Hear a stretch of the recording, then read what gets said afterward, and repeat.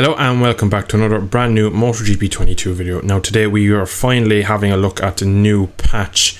So lots has been changed. Some things in the patch notes are left out. Surprise, surprise, milestone leave little bits out of the patch notes. First off, we're going to just run through the patch notes and get everyone up to date. Motogp riders and bikes updated to the 22 season. That's a big one for a lot of people, including myself. Retuning of the official rider's skill according to the ongoing season. So basically all riders, 3 classes, will be altered among their real life performances in the first 6-7 rounds of the season. New circuit banners updated to the 22 season. Again, a lot of tracks had Motogp 22 written all over it because they weren't sure of sponsorships. That has been rectified.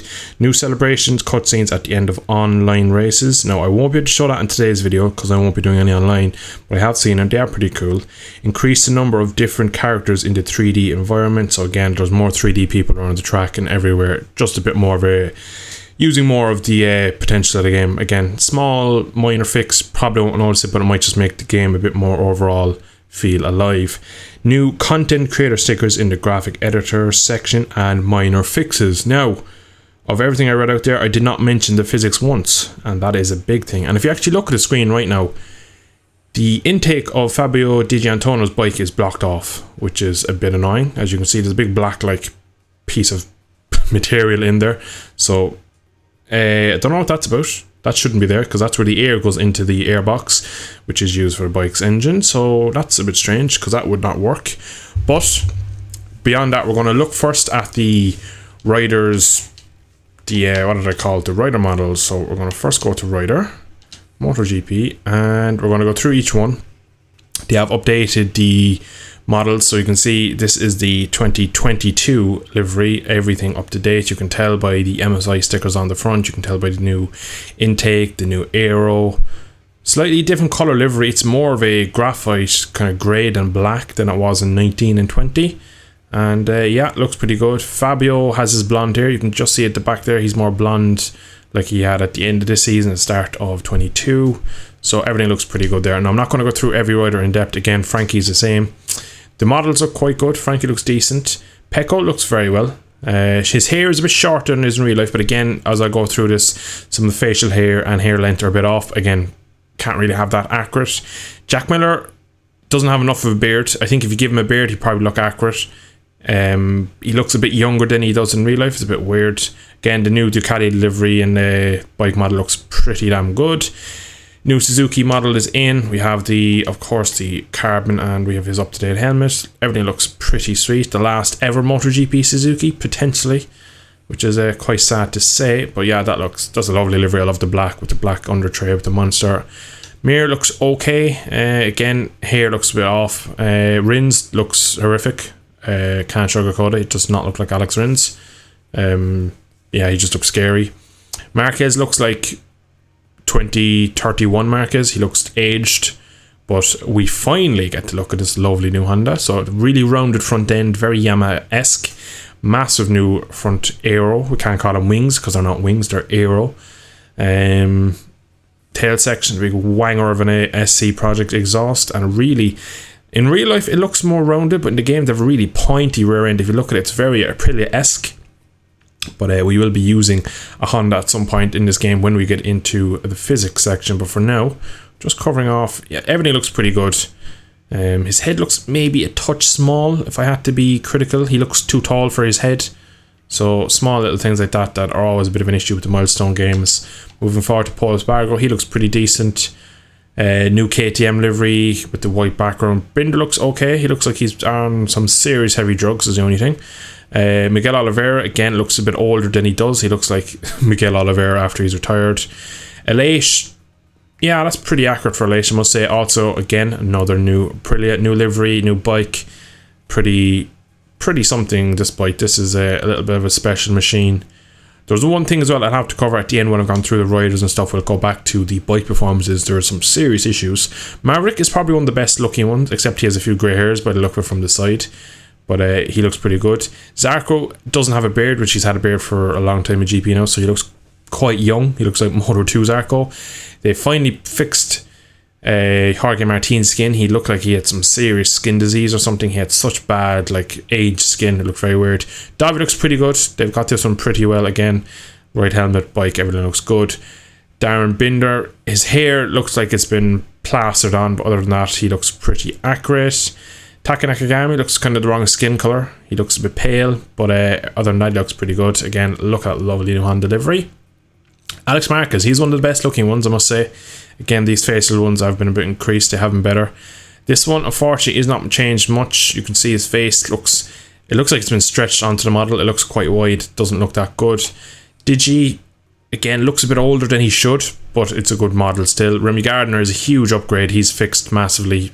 A lot of people are showing off the before and after of him, and he just looks like a different person. World Fernandez looks a bit Asian, but that could just be with the hat. That is the one thing I will say about that. And we finally get to Luca Marini and Marco Bezzecchi. Look at that machine in the background. Oh, it looks so good in the testing livery, I must say. But we're going to look at the actual normal livery first. I, for one, absolutely love this livery. Not many people do. I really, really like it. And yeah, the new GP22 model looks pretty good. Bezzecchi, again, he looks pretty accurate. Probably not enough facial hair, but again, facial hair always are changing, so you can't really have them perfectly accurate. Luca Marini looks pretty much okay. Not really sure when he had that kind of mustache, but anyway. So we're going to go back, just quickly fly through again the team performances. 95% for Yamaha, that's pretty accurate. 100% for Ducati, again, nothing wrong there. 95% for Suzuki, nothing wrong there. Honda, honestly, for Repsol, I'd go 85%. I think 90 is a bit too high for them. KTM, also 85%. First absolute casualty is the Aprilia, 80%. Now, you could say 80% in this man's hand, maybe that could be accurate, but this should be 90% in my opinion for a late. Now, obviously, you can't have two different team performances, but I definitely think it should be at least 85%. It's not worse than the KTM or the Honda, it's better, so that's a bit of a mistake there. 85% for Zarco and Jorge Martin. Yeah, 85 and 90, again, pretty accurate. 75%. Maybe even going to 70%. It's pretty okay. Nakagami, 80% is pretty accurate, I will say, for the 2Ds. 80%. 70% for someone who's won 2 races this year is wrong. That should be at least 85%. Should be much closer to the Pramac. 75% for Remy and Co. Again, 70% is more where you're looking for with this team. And 70% for these boys, the lowest of everyone on the field. That is wrong completely. They've had multiple Q2 appearances between them this season. There should be, again, 80, 85%, at least 80, more like 85%. So I'm just going to do a couple of laps here now as Alex Marquez at Misano. Now, a lot of people have many different opinions on this recent patch. For me, it's a step in the right direction, but the physics have taken a weird turn. And the worrying part is, as usual, it's not mentioned on the patch notes. The patch notes I read out were on the MotoGP official website from Milestone, so the fact they haven't mentioned any patch notes about a physics change when it's clearly obvious that the physics on PC for sure have changed. Apparently console haven't had any physics update. They've had the patch with the new bikes and stuff, but they haven't got any slight tweak to the physics where MotoGP 22 on PC has. So why have different versions on different platforms? I don't know. Again, in the world of Milestone, there's probably a reason somewhere for it that we'll never know or understand. But from riding a few laps about an hour ago and from riding right now, the front brake feels weaker. There's a bit more inherent understeer in the game. If I had to compare it to anything, it would be exactly what I played in the preview build in between the two of them, so with the preview build and the day one release of MotoGP 22. This is pretty much nearly bang smack in the middle. It's more understeery. The front end it actually feels better to me, but the braking power feels less. Now, I've tried a couple of different discs, none of them make it feel any better. The bike itself doesn't feel too bad, but trying to brake heavy into, let's say, Turn 1 Mugello, Catalunya, Qatar, it is quite hard when you're hard on the anchors to try and get the bike into the corner. Like, I'm in a 31.2 here now, that's a pretty slow lap. So I'm not really pushing it while commentating, and I'm just kind of tiptoeing my way around. See the front just there, just let go. So the front is a bit flaky at the minute. You have to be very careful with it. It's going to be an issue. Like, what did I do wrong there? I don't know, but I managed to stay on. When I have a look at this replay, or a rewind in here, I'm leaning over a small bit, and literally as soon as I grab the brake, that's happened. Now that's the first time I've seen that on this game. Not really sure why exactly. My brake pressures weren't anything stupid. So inconsistencies again for some reason. I actually think I know what it is. I think I lean back before I brake and it wheelies. There was a weird feature, bug you could call it. I don't know. We'll show it off here in a second. Is if you're in any gear, you can literally just pop a wheelie by leaning back. Look at that. It's just so easy. So I'm going to go 5th gear, wheelie, 6th gear, wheelie. So I'm not in the peak power and you can just lift the front so easily. So I'm probably braking while just leaning back while accelerating as I transfer the rider's weight and lifting the front end up, and that's probably causing that weird little stoppy I'm having.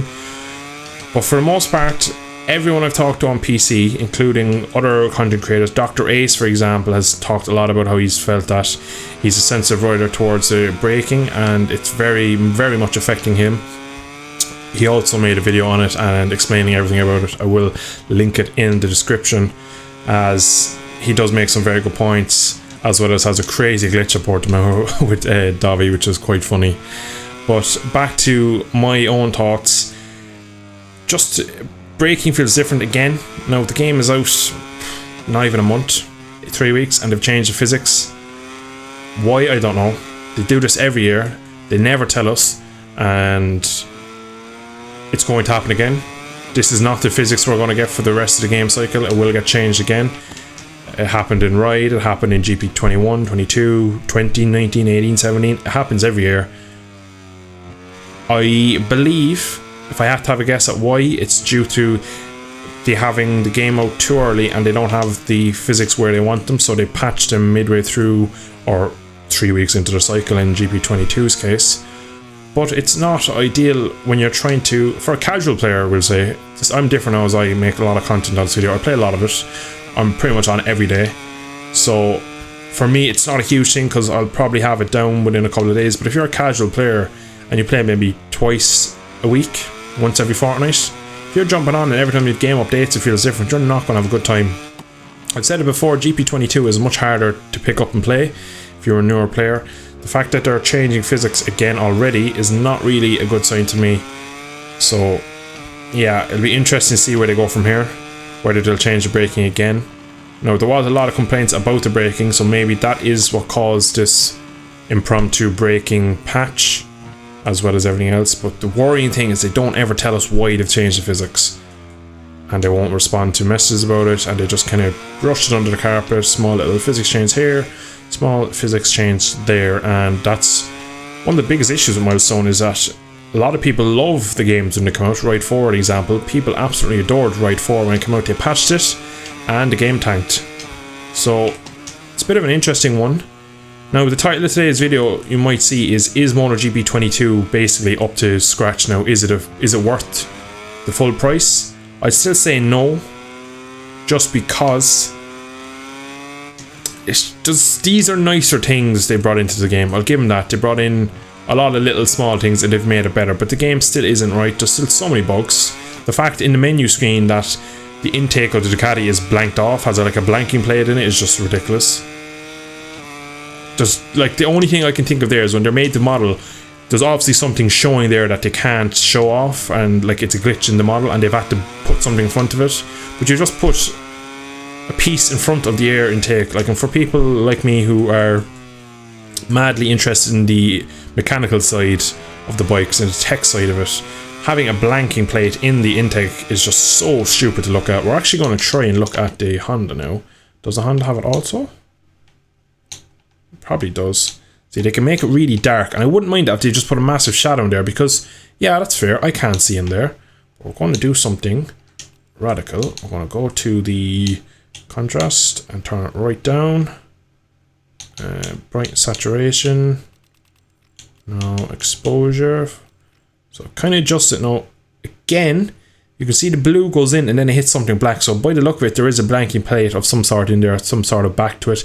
And I understand they can't leave a hole there, but the fact that on the Ducati you can see it in clear light that the front of the bike has some sort of plate in the airbox and the air intake just looks wrong. But I am going to end off today's video.